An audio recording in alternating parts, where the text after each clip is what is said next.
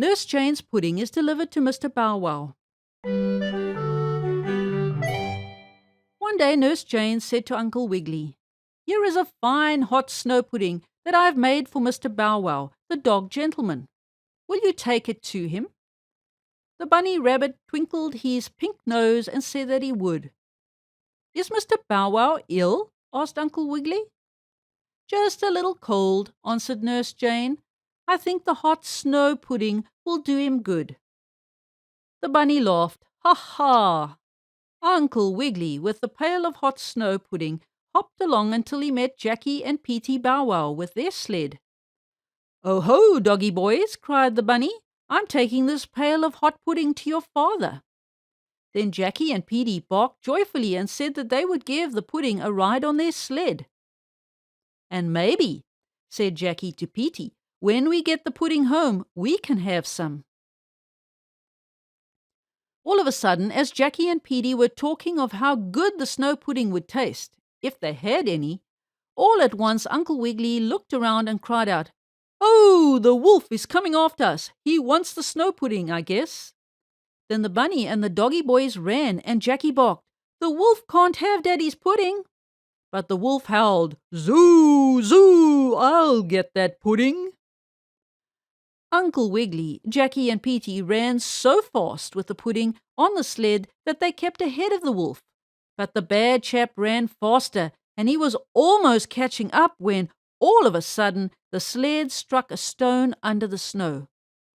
"Oh, see what has happened," barked Jackie, for the tin pail of pudding bounced off the sled and hit the wolf on the end of his soft, tender nose, bumping and burning him. The wolf was so frightened when the pail of pudding hit him on the nose that he ran away.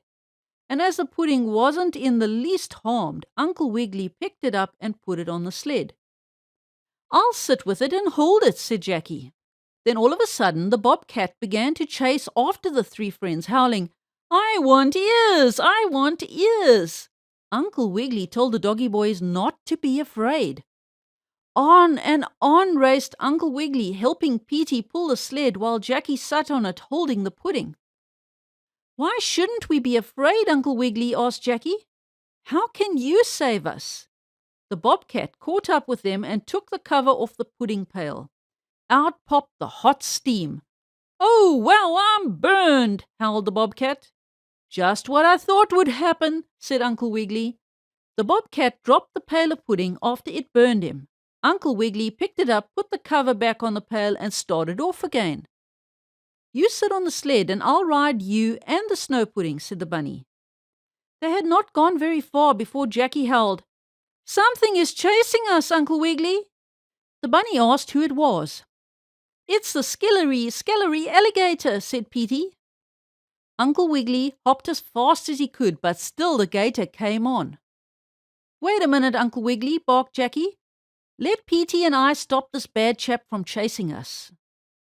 The bunny wanted to know how the doggies could do this. "We'll show you," said Petey. He and Jackie scratched so much snow in the eyes, nose, and mouth of the gator that he could chase them no more. "Oh, whiffy, whiffy," howled the gator as he felt the snow in his face. "I must have run into a blizzard.